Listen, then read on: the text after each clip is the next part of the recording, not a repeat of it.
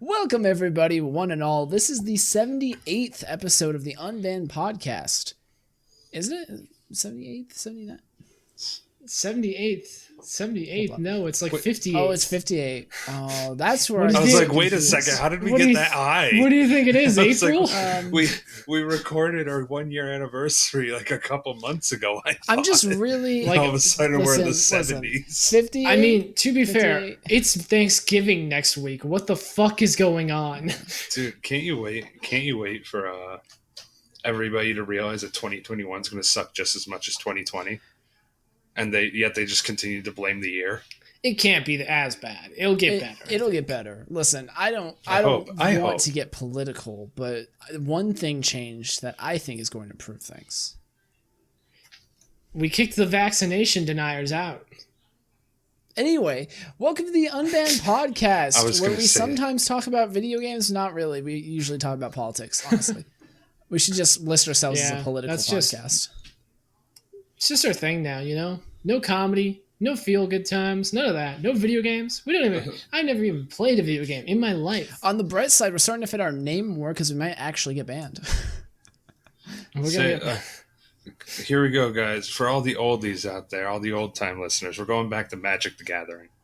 Ah, yeah. Never. No, probably never, actually. I'll be 100% honest with our audience. Like, Magic the Gathering is never coming back. But I do still have my cards. Most of them. We sold like $1,500 worth of them. I have a card. My savings looking sweet from those. I have a card. Wow. It's my camera cover. Oh, very nice. Very nice. Yeah. Also, I am out of fucking focus. Hold on one sec. See if I have any hopefully other that fixes it. This thing autofocus is weird. Anyway. Sometimes the recordings on our recording software also does not look as good as the actual recording I receive. Except for Jordan. Jordan's always blurry. Yeah, I look like I need cataract surgery right now when I look at Jordan's feed. Yeah, wait, hold up. That's not how you guys look that way too. Oh no. No. Astigmatism. The true nightmare of gaming. Astigmatism. Dude. Well, if you have not been on the show before, you're probably very confused. But my name's Jake. I'm your host, and these are my two best friends in the whole wide world. We got Justin. That's me. And Jordan. We aim to spread confusion. What's up? I am Jordan, also known as Is It Fox. We are agents of chaos. Is that cool enough? We're weapons of mass distraction. Mass distraction. We're going to distract you for like an hour right now. Let's talk about some video games. So, Jordan, you said you've basically been playing nothing, right? I have filled 7,000 buckets of sand on RuneScape today. Yesterday, I killed the Saradomin boss, over 100 times in less than an hour. I have played nothing but RuneScape. I'm sweating. I smell like sweat and man and shame. All right. That's it. Yeah. Hey, Justin, what have you been playing? So Jordan, you smell like a RuneScape player. Damn straight. And you know what? People, they smell me and they gravitate towards me because they can feel the gamer energy. They can understand. They know a true gamer. I'm just imagining this grandpa with a mustache just like rubbing up on your chest, like, yes, give me the energy. I'm like, easy there, boomer. Easy there, boomer. Back off. 6 feet away. Social distancing. You're too old to be a gamer like us cool kids.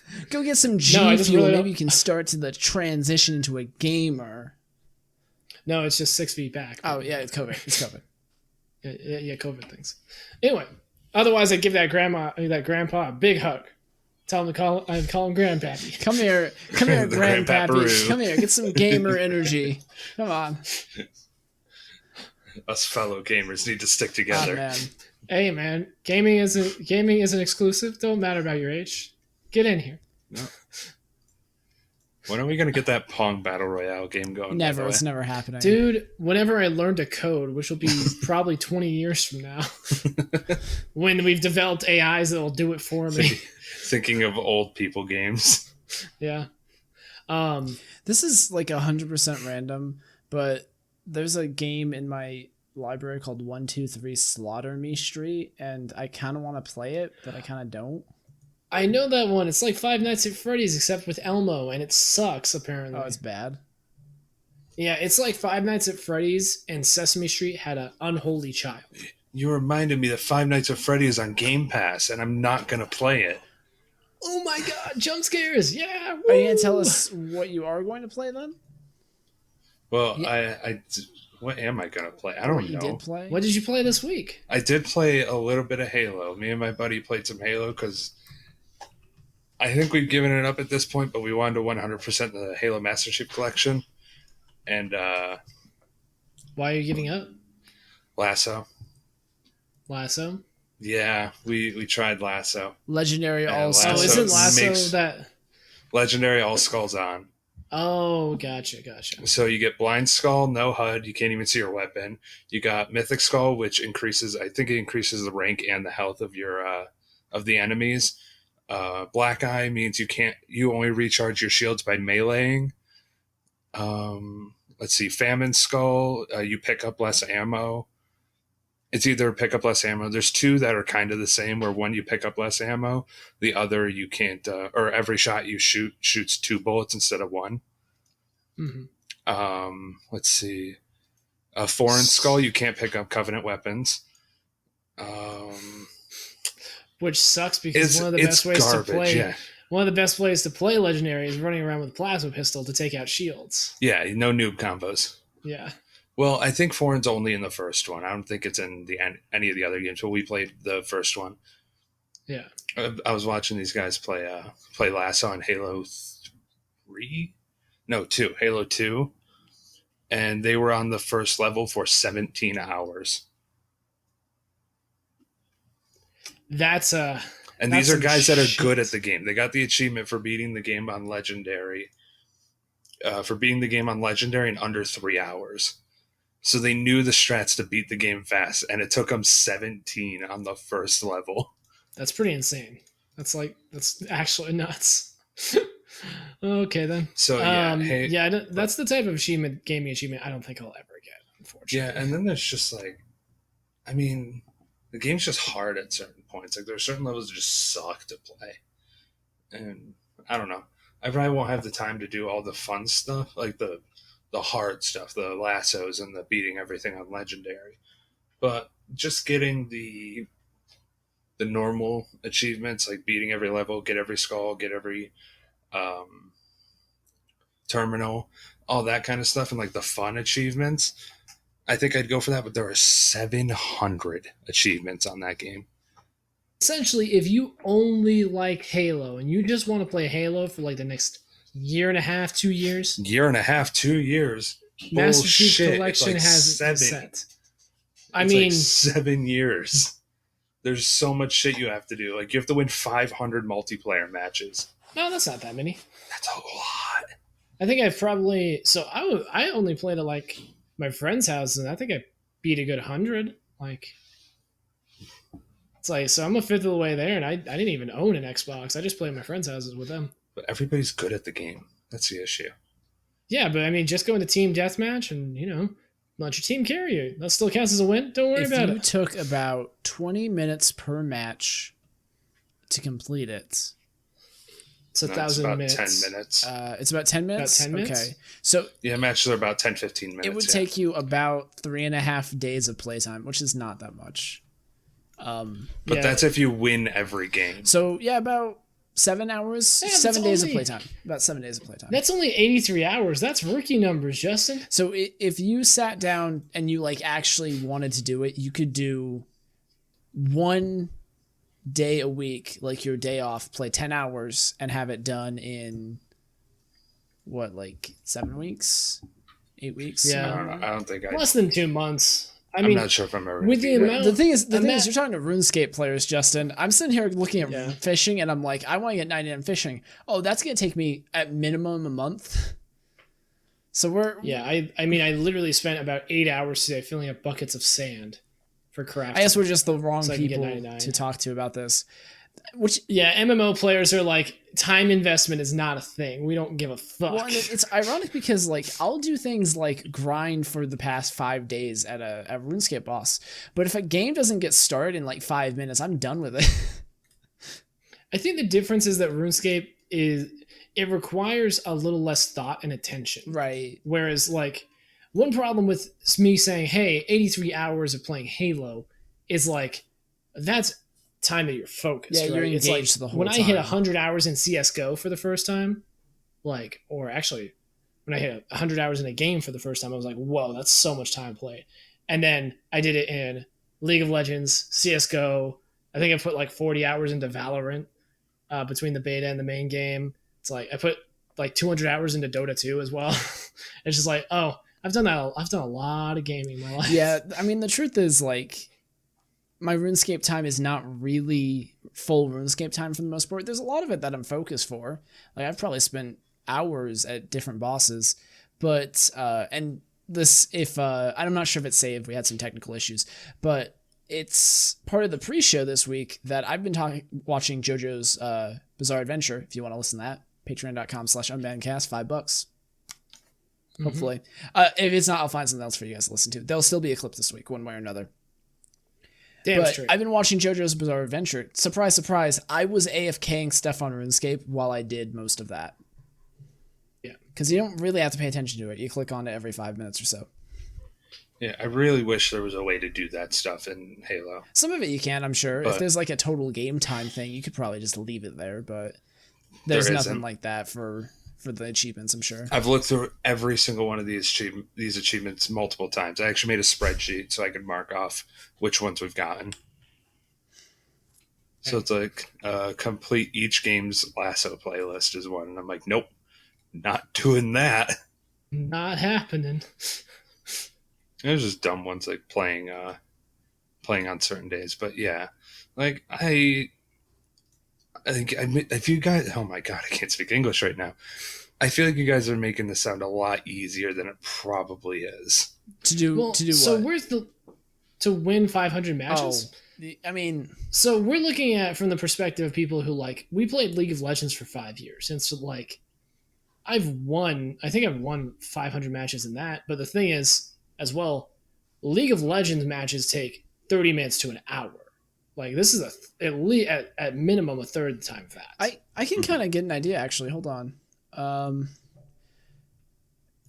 Counter-Strike. Where's my Counter-Strike achievements?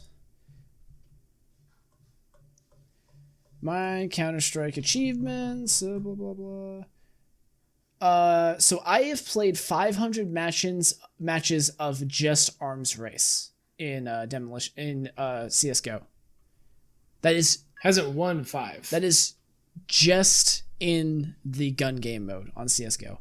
I have about almost 1,000 hours in Counter-Strike, to be fair, but I think I got the like 10,000. What is it? Like I got like the 25,001 rounds on Counter-Strike a little while back. I've killed 10k people. Essentially, we're saying is it's like for people. That's the funny thing about achievements like that is that for people who really like Halo, like they get it pretty quickly. Yeah. It's like I know they did like seriously in Gears of War is a similar achievement where it's like you have to get like 500,000 kills or something. It's like that. It's a huge amount. It's a lot. The thing is, it counts it across the entire game. So if you're a really big Gears of War fan, then you'll just like get it naturally as you play the game. Because anyone who's a big fan of the game will just play it a shit ton, and then eventually they'll get it. Although, maybe they won't play it enough. They'll get pretty close, and then they'll be like, "Oh, well, I gotta go, grind out in multiplayer for a little bit to finish it off." But a lot of people just got it by playing. Well, while we're talking about achievements, you guys want to know the most difficult achievement in Counter-Strike by far? The Frugal Beret. So in the base mode, the like ranked mode where you have to buy items and all that every round based on how you did the last round, you have to go 10 rounds without dying and without spending any money. Oh yeah, that one's really So crazy. the thing is, if you get to 15 rounds one, the game ends. So the best way to do this is to just win the first 5 rounds and then play a perfect game, not let your opponents get a single round, and just never switch out equipment. Otherwise, you just have to have all your friends buy your guns for you. Well, you have to do that, and then, I mean, you could always camp and just let them get the bomb. But then you have to do retakes. Yeah, you have to play. Because you have to win the rounds. Oh, you have to win the rounds? Win the rounds. You have to win 10 rounds in a row without buying? Without dying and without spending any money. It is insanely difficult.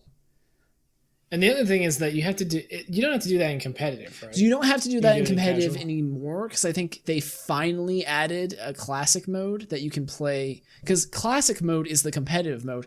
Until very recently, you had to play ranked to play classic mode. There was no practice mode for that mode. Yeah, that's garbage. It's so fucking hard. Yeah, there was a Rocket League. The mode I like to play is Rumble, which is like the game mode with power-ups. Mm-hmm. And the only way you can play it is ranked. Which is so stupid. It's like they used to have casual and ranked. They used to have both. And then for some reason, I screw these casuals. It might have been server space or player count. I guess, but it's so annoying. It was personally, I loved it. If I was a game dev and I'm like, oh, the player count for these 2 queues is not enough when you get rid of one, I would have kept the casual one personally. But get rid of Snow Day. Like, I like hockey, but we don't need hockey in Rocket League. Get rid of Snow Day completely. Nobody plays that. There's always like 1,000 people on that playlist. Like, you're lucky to get into a game in whatever region you're in. I know some games that don't have 1,000 people in it, so. But you get what I'm saying. Those aren't very good games. Yeah. That's what you say. I'm going to talk about the only game besides RuneScape I've played this week, if you guys don't mind. It's World of Warcraft. So I've had a rocky history with WoW. I'm like off and on. I played Cataclysm way back in the day. Took a break until the end of Pandaria. Then I played Warlords of Draenor, and it was so incredibly bad. For anyone who does not play WoW, there used to be an argument in the community of like, oh, which expansion for World of Warcraft is the worst? Warlords of Draenor solved that issue. There are very few people who would say anything but Warlords of Draenor if you ask them what the worst time for World of Warcraft was. So I played that as my first like real expansion where I was trying to seriously do things in the game. And then I quit until they released Legion because it was just awful. And then Legion was really good. And then I quit again because Battle for Azeroth was almost as bad as Warlords. WoW's had a rough time. Yeah. Real rough time. But now we have Shadowlands coming out. I hate what they did to my girl Sylvanas in the lore, but the systems look cool, and I've been like kind of watching some YouTube content on it. So I have a plan, guys. This is my plan, my super secret plan. Mm-hmm. I don't want to spend $80 server transferring my character, buying the new X pack, and then also doing a sub every single time. So what we're doing is I'm buying the sub. I'm going to try the new leveling that they released. They revamped all the leveling for the game. And if I like it, I'll try the expansion in like the end of December after I'm done playing RuneScape. Well, I'm not done playing RuneScape, but I'm done playing Leagues. So when does... I was going to say, does Leagues end at the new year? Yeah, end of December. Yeah. It's a 2-month thing. So that's my plan. So I started playing, and there's a brand new leveling. This one was introduced the last expansion. The new leveling setup, that's with this expansion, the newest coming one, Shadowlands. But last expansion, they did a new introduction quest, basically. So when you first start your character, you can either pick the old areas where there's different racially different places you start. So if you're a Worgen, you start in the Worgen hometown, or if you're a human, you start in Stormwind. Now they have one for each faction, which is like a mission you go on, and that's your tutorial. So I'm doing the Alliance one. I've never done it before. I've never done the Horde one either. And it's kind of fun, and I'm gonna, I think, put it up on my YouTube channel. Like, the questing in WoW has always been pretty fun for me to do. But there's this character, her name is Captain Herrick, something like that. Garrick. Anyway, she really, really, really loves the Alliance, and she loves shouting, "We never leave anyone behind." I think in 15 minutes she said that phrase 12 times. We're the Alliance. Justice. We don't leave people behind. Especially when it's my son. Did you know that I love my son? We don't leave people behind. That's my son over there. I'm like, oh, cool. Should we go rescue your son? It's like, we don't leave people behind. I'm like, that's what I thought you would say. I know, Captain. We're just in sync. I know that you'd never leave your son behind. Never leave your son behind. Hey, Captain. I'm hungry. You want to go get lunch? Wait, what's the quote? We leave no one behind. We'll never leave anyone behind. We'll never leave anybody behind. But there's like 40 of them. We can't invite 40 people to lunch. We'll never leave them behind. We're gonna get kicked out of the restaurant. They won't let us in. By the way, I want to know how this woman who says we never leave anyone behind feels about Varian Wrynn. Oh, we don't talk about that. Don't talk about that. Justin, I know you don't know about WoW lore. In Legion, Varian Wrynn was left behind. He's literally the king of the humans. He was the king of the Alliance, and yeah, he was left behind and died. We'll never leave anyone behind. Unless it's our king. That's why I'm the captain now. I'm captain now. Also, the thing is, like, normally with WoW, one of the things I actually like about WoW is I like the storylines a lot, which is why I didn't like BFA and why I don't really like Shadowlands right now. But I really like the questing zones. I like reading the text. I'm one of those people. It just kind of undermines this whole tutorial experience that I know I'll never see any of these characters again. They aren't anything else. If they show up, I'll be very surprised.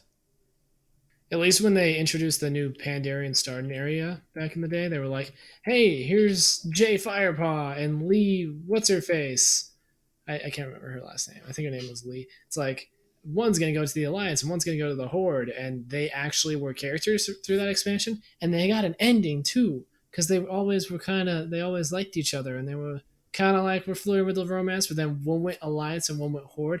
And at the end, G stands up to Garrosh and gets his shit kicked in.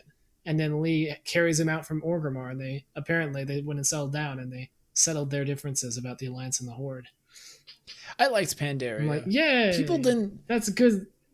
It's good. People didn't like Pandaria because it's Kung Fu Panda land, ignoring the fact that Pandarans were an April Fool's joke and then an actual race long before Kung Fu Panda came out. Like 15 years before Kung Fu Panda came out. Yeah, not to mention, I don't know. WoW's all kind of silly. Can you guys ask me a question? Is it racist that they released a Chinese-themed area with pandas and the first thing everyone in the WoW community said was, fuck Kung Fu Panda land? It feels a little weird, doesn't it? Looking back?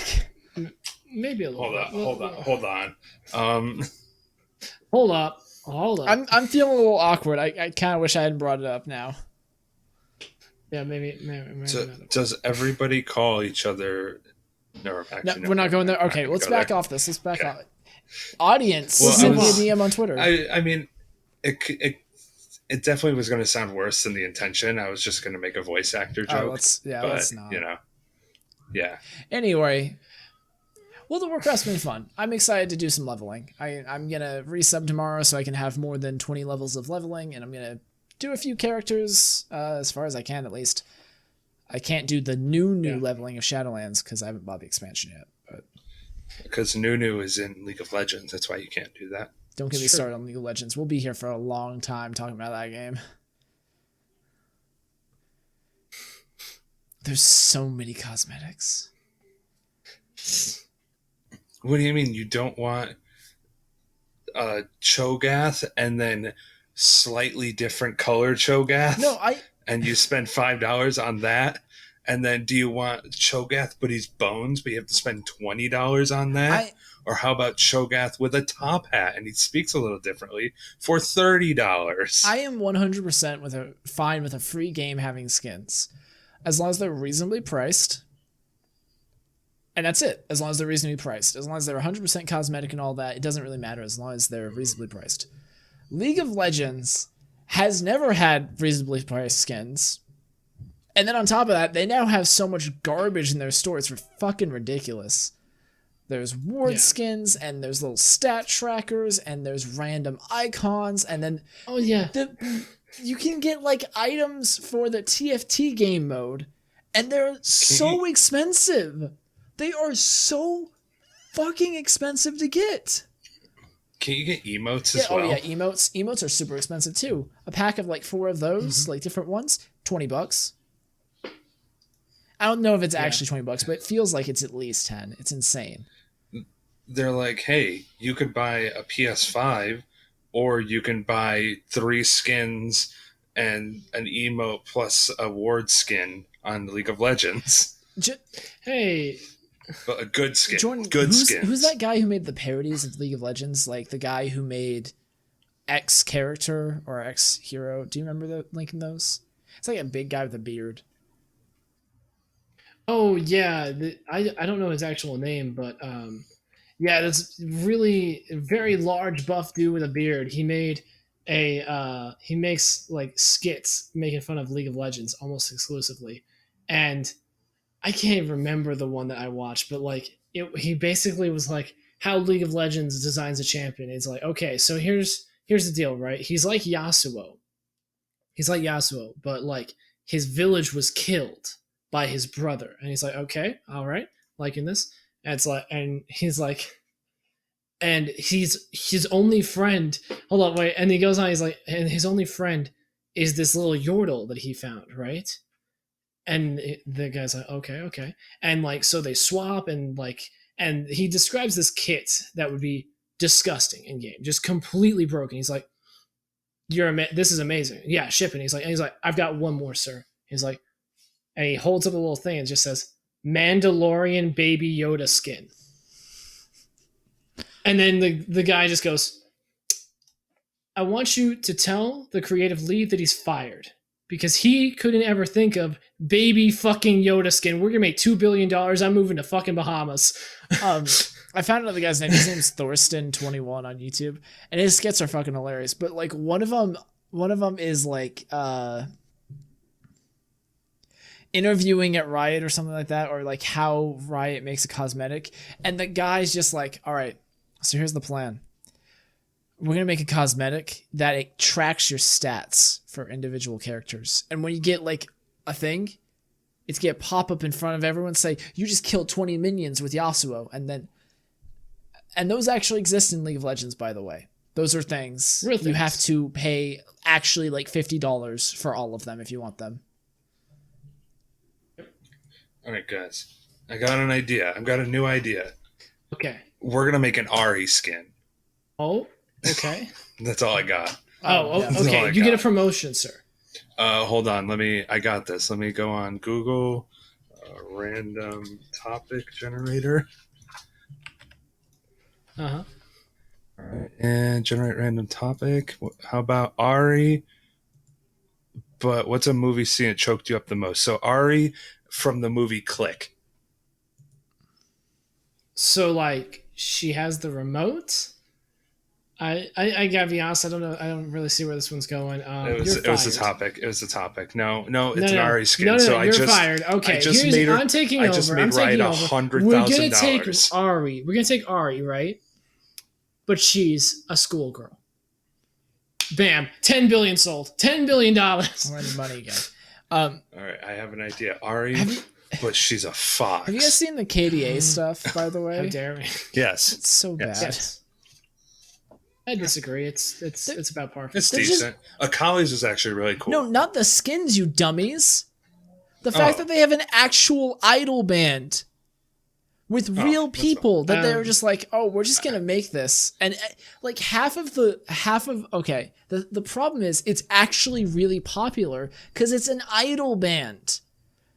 Of course it's popular. And then like basically every League of Legends player who is not into this is like, so basically you guys are going to devote a bunch of fucking dev time to making skins for these idol fans and not the actual people who play your game a bunch.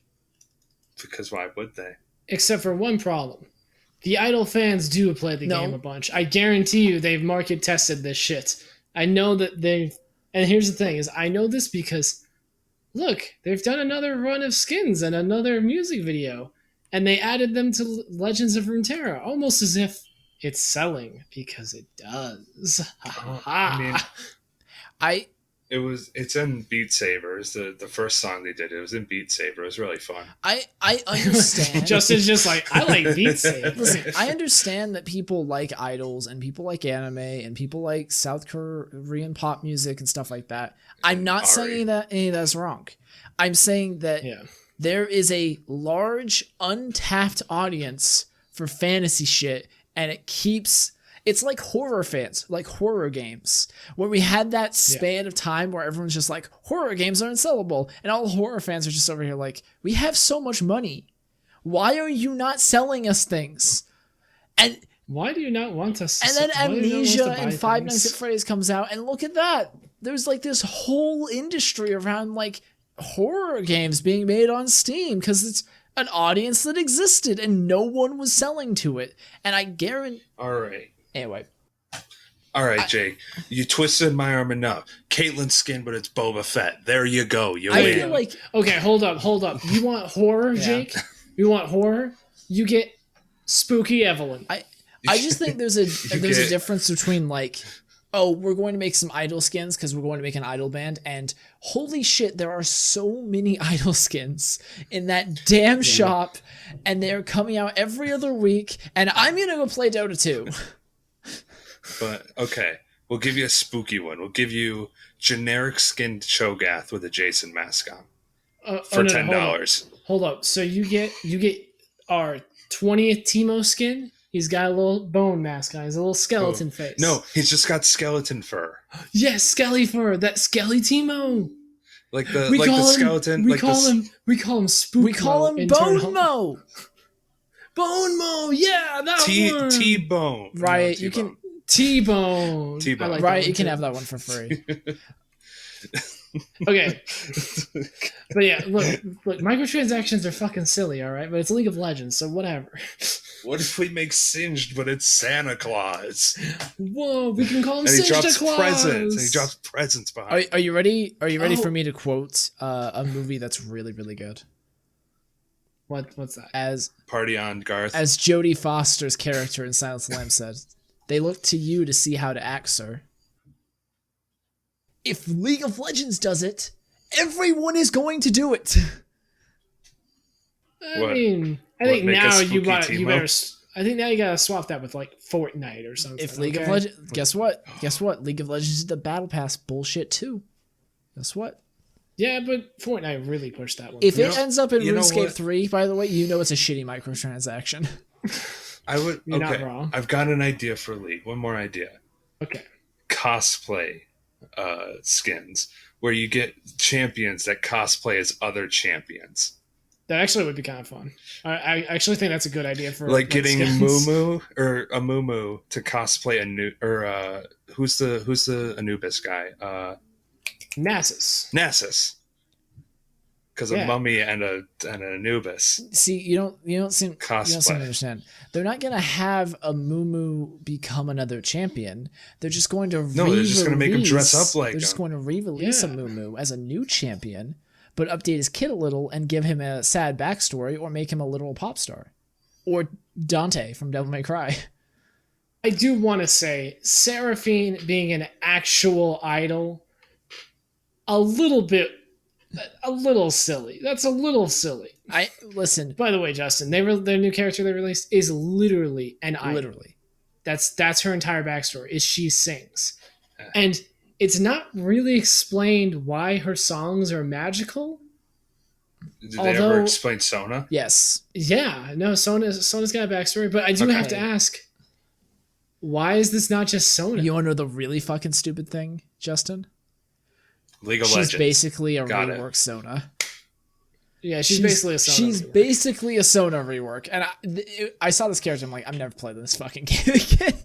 The last character was Katarina, but mixed with Dante from Devil May Cry, and this one's literally just Sona in Part 2, Electric Boogaloo. So, all right, I'm gonna make a new champion. His name is Gareth, and he's gonna have a shield for one of his things. He's gonna he's going to spin, but he's going to do like this with his sword. So he's going to try and hit up and down, but he's going to spin a bunch. No. I don't know Garen's he's third gonna ability. have a whirlwind ability. Like he's gonna. And he's gonna have a. He's gonna spin, okay, but you have to hit the key repeatedly when you do it, so it's different than Garen's spin. Yeah. But of and course. Then your ultimate is you get 0.1 seconds between when you press it and when he hits, and he does a ton of damage. But if you time the button, a second button press correctly, then it does 15 more damage. I'm gonna.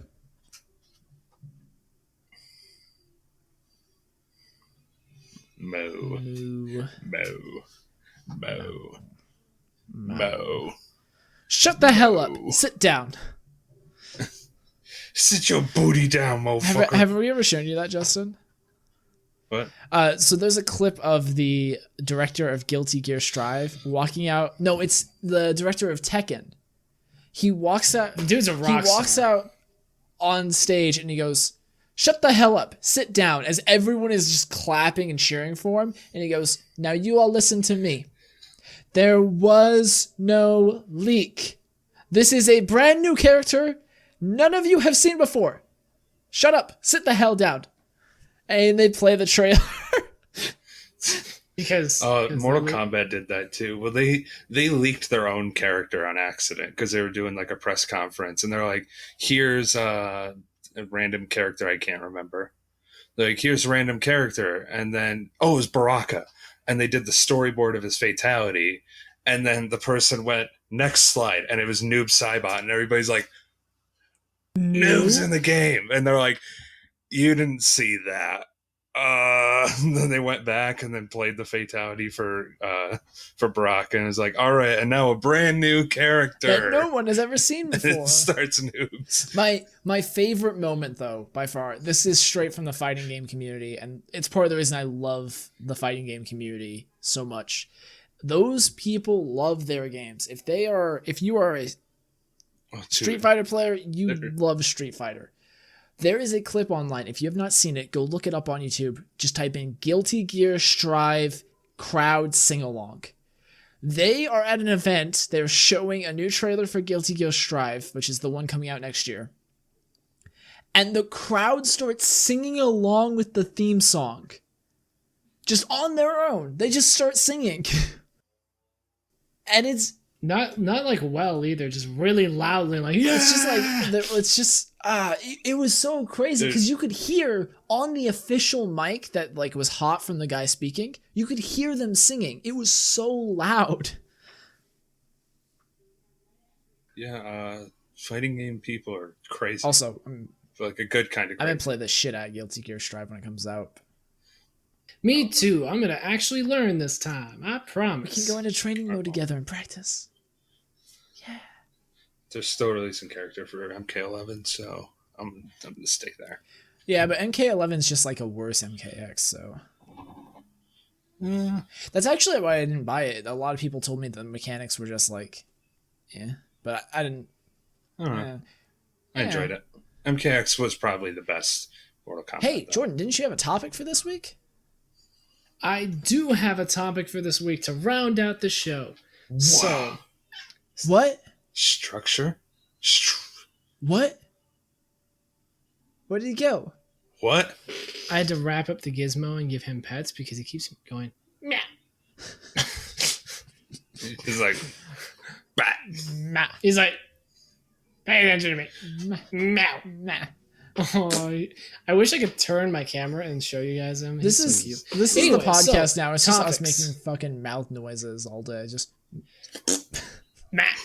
okay, so I had a reminder this week because Demon's Souls remake came out with the PlayStation 5, and I'm not playing because I didn't get a PlayStation 5 because I'm poor.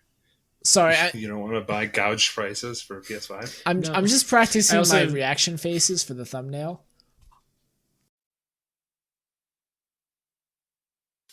Nothing happened.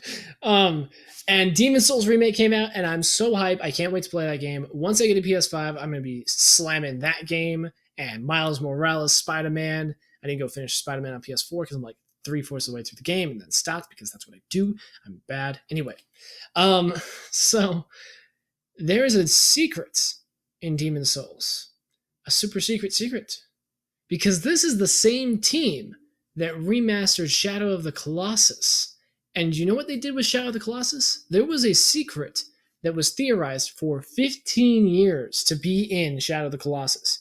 People found this relationship between these different points, and when you drew a line between the points, it was right over this weird door in one of the Colossus's areas that was completely unexplained.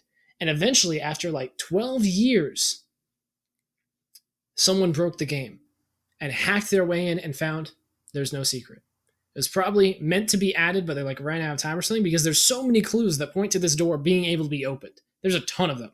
So it probably was something they had planned but just couldn't ever implement. They ran out of time, because there was a ton of cut content from Shadow of the Colossus. There were like 5 extra colossi they didn't get the chance to put in. 2 the of game. them were like basically other versions of the same Colossus, yeah. but 3 of them were completely unique, basically. Yeah. So when Bluepoint made Shadow of the Colossus, they put in this secret. They put it in the game. If you collect all these different things, these little coins that they spread across the entire world, and there's no indication that these coins are there, when you get near them, you'll hear a noise, and you have to follow it, and you have to find it. And there's 79 of these things, which is one of the numbers that was theorized to be important to this little conspiracy theory. I'm gonna go just look this up, because I'm never doing this myself. Dude, there's an amazing video about the search for this secret, by the way, and all the effort that this community put into it. Anyway, but if you do all of this, you go to that door, the one that they theorized could be opened, and it opens, and inside is a sword and a throne, which is the sword of Dorman, the like deity thing in Shadow of the Colossus. So Bluepoint did it again with Demon Souls. They put in a secret, and everyone's scratching their heads over in the Souls community. There is, in an alleyway, there's an item. Behind this item, there's a wall, as there tend to be in video games. In the Demon Souls remake, there is an illusory wall that was not there in the original. It's an illusionary wall. You go through it, and there's a door. This door cannot be opened.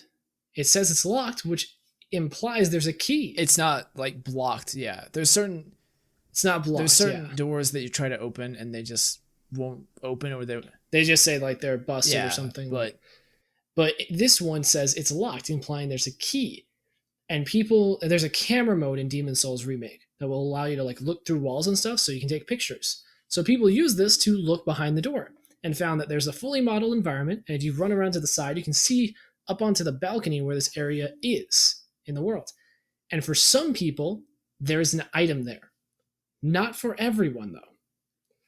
Which implies, not only is this item some big secret that they added that may lead to something else, or just be really cool, like a nice cool little Easter egg, but also it's not there for some people, implying that there's a specific set of circumstances that have to be met to make it spawn. So I'm assuming if the item is there, then you have access to the key somehow.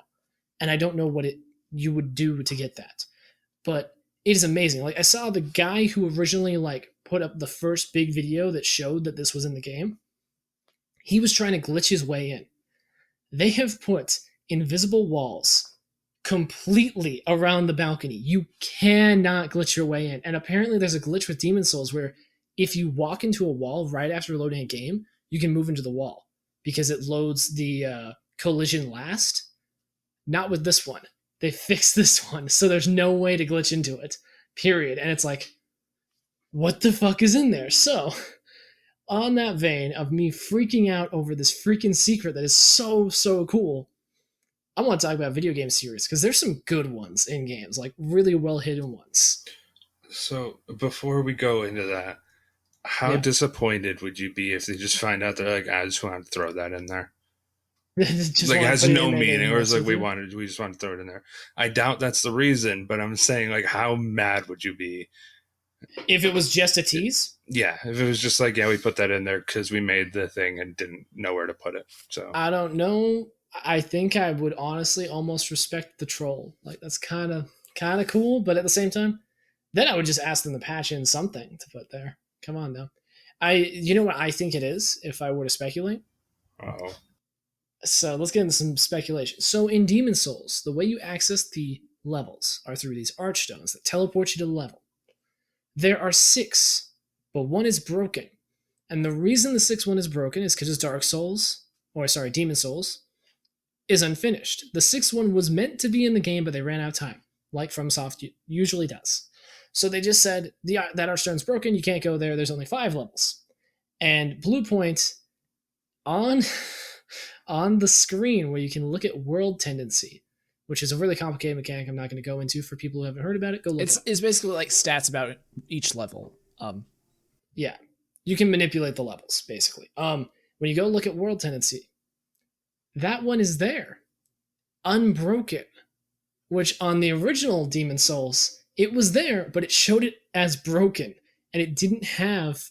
they came up with a new way to show world tendency, because in the original Demon Souls, it would just show you the stone, and it would get either lighter or blacker. On this one, they have an actual icon. It was really hard to understand, too. Yeah, it was really hard to figure out when your world tendency was changing. So this one, they have an actual icon, so you can at least have it has an icon, implying that it may be added in the future, assuming that, there's support for the game and they could get permission from FromSoft to maybe make a piece of DLC where they add in the lost level that was never added. And that's what I think this is. I think this is them teasing that they could add the last level, and that item, if we are able to access it, will be a tease for that level to, that's how you'll access the Archstone. And I hope that actually is it, because I would love to see what they do with that extra level. Because this team is really talented. They did really well with the Shadow of the Colossus remake and the Demon Souls remake. I haven't played it yet, but it looks fantastic, and apparently it plays perfectly. It's amazing. Although it does have an infinite luck glitch, which I saw a video of today, which was hilarious. This game's been out a week. This dude who does Demon Souls and Dark Souls runs, different weird builds, he found an infinite luck glitch. There are certain weapons in the game that scale based off your luck. So when he found a way to get 1 million luck, he can literally one-shot every enemy in the game. Poke. And because luck increases your item find, he also gets every rare item the moment that he rolls for them. Anything he kills that has a rare item, he immediately gets it. Fucking amazing. Anyway, so yeah, secrets. You guys got any good ones that you like to share? Cool ones? So I can't. I'm kind of drawing a blank on a lot of these, but one of my favorite ones, ironically, are from MMOs. In World of Warcraft, there was the Quitter one. Wasn't it a developer who died? Yeah, it was a developer who died during the making of WoW, and they put him in the game. They put a little tomb for him on a hill in one of the zones, and if you go there while you're dead, there's a spirit healer there named Quitter, which was his username, I think. It was his last. It was his last name. Yeah, which was really cool. Mm-hmm. There was another one that it was in World of Warcraft. It's in Orgrimmar, and you have to glitch through a wall. And then if you do it in the right way, there's a tunnel, and at the end of the tunnel, there's just someone's initials there. Yeah, we couldn't figure out. I don't think anyone ever figured out what that one was. Yeah, for. It's just some similar. It's just initials. But no, we don't know who put it there. Probably someone put it in there for his girlfriend, took a picture of it. Oh, recently, I didn't know about this one until very recently. But in Spider-Man PS4, the Insomniac game, there is a billboard. This is really sad. A billboard? Yeah. Are you going to talk about the marriage proposal? Yeah. So he there's this guy who messaged an Insomniac employee on Twitter, and he was like, "Hey guys, I know you're working on the new Spider-Man game. I'm really excited. Big Spider-Man fan. Could you put Maddie, will you marry me on one of the billboards?" And they did it. They added it. And then the game comes out, and everyone who kind of saw this on Twitter was like, what happened? Did she say yes? Yeah. She broke up with him for his brother 2 weeks before the game released. Really kind of kills the joy of playing that game for him. Yeah. He probably pre-orders you know what? I'm just gonna donate this. It's only one billboard in the entire game, so it probably didn't even take very long to put in. But the developer also like replied and was like, "Do you want us to like remove it from the game? We can do that. We're sorry." And he's just like, "No, leave it in. It's fine." No, that's okay. It'll be a reminder. Yeah. Screw you, Maddie. It was like, hey, I was famous because of this billboard. I mean, yeah. For the wrong reason. So, Justin, you got any cool secrets? Did I talk about I would have been your daddy's skulls in the last podcast in Halo 2 and 3? No. I think you may have, but go ahead and go over it one more time because I think I've heard of those, but anyway. I don't know if Halo 2's had a reason, because in the second mission, I believe, you have to hit 7 specific checkpoints in a certain way, and then at the end of it, you have a 1 in 7 chance of getting the skull, which is fucking annoying. It's a lot. So I don't know if they were talking about like Bungie was hyping up that this skull is going to be the one that takes forever to find. But the 2 times they've done it, hackers got into the game and found out immediately. But Halo 3's was really good, actually. So in the level Covenant, it's like the 3rd to last level in the game, I think. There's a room at the end of the level that has 7 halos in it for each halo in the game. And when you stand near them, they make a hum, like this kind of hum tone. And each one's different. And apparently there's like a bunch of steps you can go through. If you look up a Rocket Sloth, I've already referenced them a few times today. But if you go on their YouTube channel, they explain it way more in depth. But basically, they're just musical notes on a piano. And you have to jump through 7 of them. And they're the last 7 notes. The last 7, not the first 7. The last 7 notes of the Halo theme. And you have to jump through them in a certain way, and then they all start flashing and doing this cool thing. And then you get the skull. But they were saying, like, this is going to take years to find. Yeah. And then hackers just ruined it. Got hacked. Yeah. We were talking about World of Warcraft earlier. There used to be a lot of secrets in WoW, which made the world feel more alive because you could be wandering around and you just find a cave and it have like, I know there was like a Conan reference where they had a skeleton who had like a Conan sword next to him and like another thing from one of the movies, right? And that was really cool. But the problem is, in the modern day, it's so hard to hide secrets like that. Like I mentioned with the Demon Souls thing, they encased that area with invisible walls that load in before anything else in the game because they realized that people would try to hack their way in. Mm-hmm. Or try to glitch their way in. It's like, it's so hard to keep secrets these days. And I feel like it's something that's kind of missing from modern games because data mining happens like almost instantly. People will immediately start hacking the game and looking for stuff. People are nosy shits.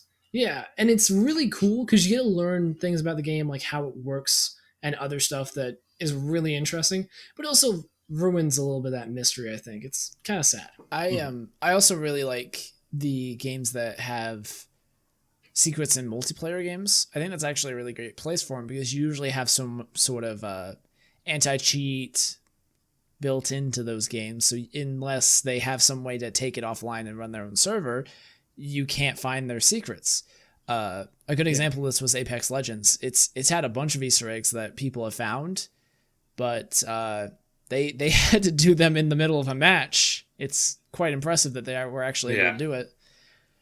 Except for one. There's one that was in Apex Legends. I think there's actually 2 on the training zone. The little training shooting area. Yeah. One puts it in third person mode. That's pretty cool. So you can just like look at the models for people. And then the other one, I don't remember how to activate either of these. They're actually not that complicated. It's only like 3 steps. But the other one, it makes all of the target dummies start shooting you. That's fun. They start shooting back. I feel like you either have to do something where you obscure it in some way, or you just have to do something like super complicated. Like the Call of Duty games, I don't know if they still do it, but they used to do an Easter egg on every zombie level. And yeah, they're still doing that. Well, basically it's no longer an Easter egg. It's more of a It's the goal now. It's not survive as long as possible. It's finish this map. Like there's now an end to levels, which I kind of appreciate, but I hate how stupid complicated they are. Yeah, I kind of like it because it's like when you initially had these things coming out, the only indication that there was an Easter egg was there would be noises next to things that were active that you had to interact with. And they were bizarre. Like you had to either shoot something or like push in something on a wall or like grab a skull. And they were so bizarre that it always made this really cool scavenger hunt. And that was one of the things that I really like that they did this with Demon Souls as well, because that was one of the things that brought like the Souls community together when the first games came out. Is every item in the game tells a little bit of the story. So secret items were important. You would get a little bit more of the story from that. So people were scouring the entire game world looking for any item they could find, anything else that no one else had found yet, to try to piece together what actually happened. Also, because of the way because of the way from froth sauce. I just want some From Soft ice cream. The way FromSoft does their writing for the most part is actually really kind of mysterious and vague, and I really love that about their series, because not only does it leave some things up to interpretation, but it leaves some things to the mystery. Like, we don't really understand probably the best one, I think the most famous one, is who Solaire in Dark Souls 1 really is. A lot of people theorize that he's one of Gwyn's sons, but no one really knows. They just know that this guy is around and he's really strong and he praises the sun and he's a cool dude. But there's a lot of hints that he could be any number of important figures in the lore. And that changes a lot, because a lot of important lore figures in Dark Souls, you don't actually ever meet them. They're long dead or gone. Yeah. Exactly. Which also makes it really hard to piece together the whole storyline, because the people who you would normally have explaining this shit in like a normal AAA game, they're dead. Have fun discovering what's going on with it. Kind of reminds me of like Resident Evil, where you have to like troll through these like logs of like, oh, what happened here at this facility? Or it's a very horror-esque feeling that Dark Souls has with its storytelling. I love that. Thinking one more secret from me. And again, it's Halo. I know. Halo today from me. Some people may understand what ilovebees.com is. And it's like the coolest and creepiest freaking thing that transcends a game. I'm not going to go over the whole thing. Again, one more time.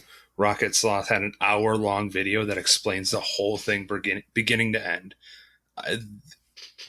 It's so cool. It's an ARG, and what is it? Augmented reality game? Is that what it's called? Or yeah. Is that what it stands for? Alternate or augmented, yeah. Yeah. So, yeah, it was just basically a thing of a website that apparently was getting hacked by people, and the granddaughter of the owner of the site was trying to have people help fix it, and somehow spiraled into needing to be at certain payphones that they gave navigation points, I guess you'd call it, like GPS, the actual coordinates. Yeah, coordinates. They like actual coordinates. Like you have to go to this payphone, and they'll call that payphone, and you have to answer these questions correctly. And if you do, then you unlock a piece to the puzzle, and then you have to get like 100 people to get your correct answers. Like, holy shit! This was to promote a game. Yeah. If you are really into ARGs, by the way, go check out Nightmind on YouTube. He covers a lot of like horror, unfiction based ARGs and stuff. Yeah, very good channel. But yeah, it's just super creepy. I loved it. I like ARGs. I think they're extremely interesting. Shit. I lost my point. Well. I'm surprised there hasn't been like a AAA take on just like that as like a game. Just kind of like ARGs. Yeah, because the thing is, it takes a lot of time to set up. But imagine an app that you download, okay? You pay like 99 cents for it, okay? It's on your phone, and it gives you a random clue. and then you have to plug it into a community section on that app to solve someone else's puzzle or something like that. And that gives a piece to a bigger puzzle that the whole community is working towards. And then that reveals some sort of storyline or gets you to the next level or something like that. I am really quite shocked that is not a thing that is available, because it doesn't sound like it'd be that hard to actually set up. As far as a mobile app, like, you just need something to host like images and some sound clips and stuff, and you'd be good to go. The cool thing is you could do something like that with like what Niantic did with Pokemon Go, where you could make ARGs more of a thing that, you know, just like you can look at it through the phone, you know, and it will show you the thing you're looking for. That could be fun. You'd have the same issues that like Pokemon Go and what was that other thing? The app that would send you to a random place. Wasn't there a Harry Potter one too that did that? Yeah. Is that out yet? I think it's something that people will delve into more, stuff like that, as augmented reality games become more of a thing, which may happen more quickly now that VR is starting to become more affordable, because, you know, you could get like maybe glasses that like project things like Google Glass, but not shit. Yeah, but I don't know. I think the idea of it's really cool, and it should definitely be made by somebody, but made well. I don't want no garbage thrown in there. Yeah, I think if you got a team that really wanted to do it as like a viral marketing campaign for something like that was, then there's the monetary incentive to make it really good and really intriguing, because then that gets people talking about it, you know? It just blows my mind that was done for Halo 2, and now they're like, hey, this guy's shooting a gun. Buy our game. Rated M for mature. Dude, this is completely not related to secrets at all. However, I love how every game has the same trailer, and they have for like 5 years. It's like high octane rock music, running or shooting, jump, cut, slow-mo, more running or shooting, flash logo. It's like every trailer in, like, they've stolen it from movies. It's like every trailer is the same. It's like horror games have the same trailers. It's all the marketing is all the same. You forgot about the background track of like, yeah. And like some guy like chanting like, "Are you ready now?" Oh yeah, that too. Or a lot of games are like the opera voices in the background with like the high intense explosion thing with the in the background, and you're running through, but you're running and it changes backgrounds. Like it doesn't cut between the running person, but the background changes. Like, a new area, but the guy didn't change his running. That's so cool. Like the Leagues 2 trailer we showed a couple of episodes back, where it's just like yeah. That's the two types. It's either like a rock hip hop mix, or like some classic rock song that you forgot about, or it's like symphony and orchestra, and like, oh, look at our beautiful environments. Oh man, this guy's running. Oh, he's got his sword up. He's gonna attack this thing, but then it cuts to the logo. Whoa! Oh, and it comes back, and the dragon's like breathing fire, and that's your final shot, and that's. Oh yeah, it's a guy standing in front of a giant monster as the giant monster snarls at him, and you're like, oh. Do you guys remember the original? Did you ever see the original Binding of Isaac trailer? No. Was it just gameplay? If you're viewers and listeners, go look up on YouTube Binding of Isaac trailer. That is a unique trailer, and Isaac trailer. Let's see if I can find the right one. Well, just go look it up. It is yeah, there it is. Gamescom 2013 trailer. Oh my god, I remember this now. The Binding of Isaac Rebirth. It's fucking horrifying. So anyway, Binding of Isaac is basically a horror game, but it's drawn cutesy and it's top down, so it doesn't look as much like a horror game.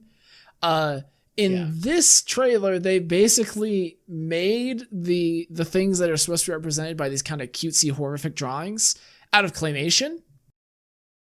And fuck no! I'm glad I didn't look that up. It looks gross, and I hate claymation. Upsetting, and I love it. it stands out from so many other garbage trailers that exist. I love it. Anyway, I got one more secret to talk about. And then we're out of here because we're going over time. So another of my favorite video game secrets. This one's short. The Insomniac Museum. I remember this. You remember this? I remember this. Yeah, Ratchet and Clank. Insomniac put in this developer room that had like testing things, and like it was the room they used to test certain aspects of the game, but they just added in commentary about all the different aspects, and they made it into a museum that the player can go walk around. This is in order to Ratchet access and Clank, Up Your Arsenal. Yeah, and I think they put it in a couple of the other games, but they have different ways that you access it. In Up Your Arsenal, the way you access it is you have to go to the Metropolis level and go to the specific teleporter. The teleporter, if you go at any other time but 3 a.m. based on your console time, it will not work. It will say it's broken. But if you go in between 3 and 4 a.m., it will work and take you to the secret room. And it is one of the coolest things ever. Me and Jake woke up at 3 a.m. one day to access it, not realizing you could just change the console's clock. Yeah. We're like, we got to wake up at 3 a.m. I mean, it made sense because we had school at like 7. And so that gave us a few hours to, play and explore it. So it worked out anyway. This kind of reminds me of the Batman Arkham Asylum room. Yeah, that one was really cool. The one that teased Arkham City. And no one found it? Yeah, because it was behind an unmarked wall. It was just like, here's wall. Well, the other issue was like you couldn't accidentally hit it. You could spray up to 3 gels on a wall, and I think you only ever had to spray 2 gels onto a wall to break it, but this one you needed 3. And you had to spray them on that specific wall, and it couldn't be like 1 gel next to it. Yeah. Yeah, it was definitely it was super. I mean, I like that. I like that kind of thing. That's cool. I like it. Like imagine like 10 years from now, we find out about a secret in a game that was released like 5 years ago. Oh, like imagine how cool that would be. That happened in Doom 2, I think. Doom 1 or Doom 2. During one of the boss fights, you had to have an enemy push you into a wall, and it would like push you up onto a little step, and then you could get the final secret. Up until about a few months ago to a year ago, I can't remember when this happened, the Doom 2 community thought that they had just fucked up and not put in the last secret for that level because you could never get 100% secrets. Really? I'm going to have to go look this up after the show. That is amazing. That's fucking awesome. The thing is, the best part, the devs knew about the secret. None of them squealed for 25 years. And then on Twitter, the minute someone posts a clip of it, I think it's John Romero? John Romero replies from his Twitter and says, "You guys finally found it. Good job." That is the intended way of getting that secret. For years. Unfucking believable. For years, he's just like, go on, find my secret. 100%. It looks like 100% of you guys are losers. All right, we're gonna have to get going, but thank you all once again for watching. I'm gonna shout out one more time. If you want to throw us a couple bucks, you want to keep this podcast going, patreon.com/unbannedcast. You can get some sweet perks by doing that, or just throw us $1 if you just want to, be supportive. We appreciate it no matter what. These guys have been Is It Fox, that guy right there. He is It Fox everywhere. That's Twitch, Twitter, YouTube. That's Jordan. And Justin is Dubious. My name's a secret. It's a secret. It's Dubious. It's a secret to everyone. You'll never know it. His name's Dubious_Justin everywhere. That's Twitch, Twitter, YouTube as well. You're one of those data mining jerks. Oh, yeah. Degenerates. You better believe it. Dejerkerates. And my name, I'm your host. I've been Jake the Jackal. I'm going to be streaming some World of Warcraft, maybe. I don't know. Maybe I'll make a WoW video. Might do a WoW leveling series. What about World of Legends or League of Warcraft? All right, now we can. Yeah, he's out the podcast. We'll see you guys next week with a new host. Get out of here. All right, we love you guys. See you later. Have a good week. Bye-bye. Bye forever.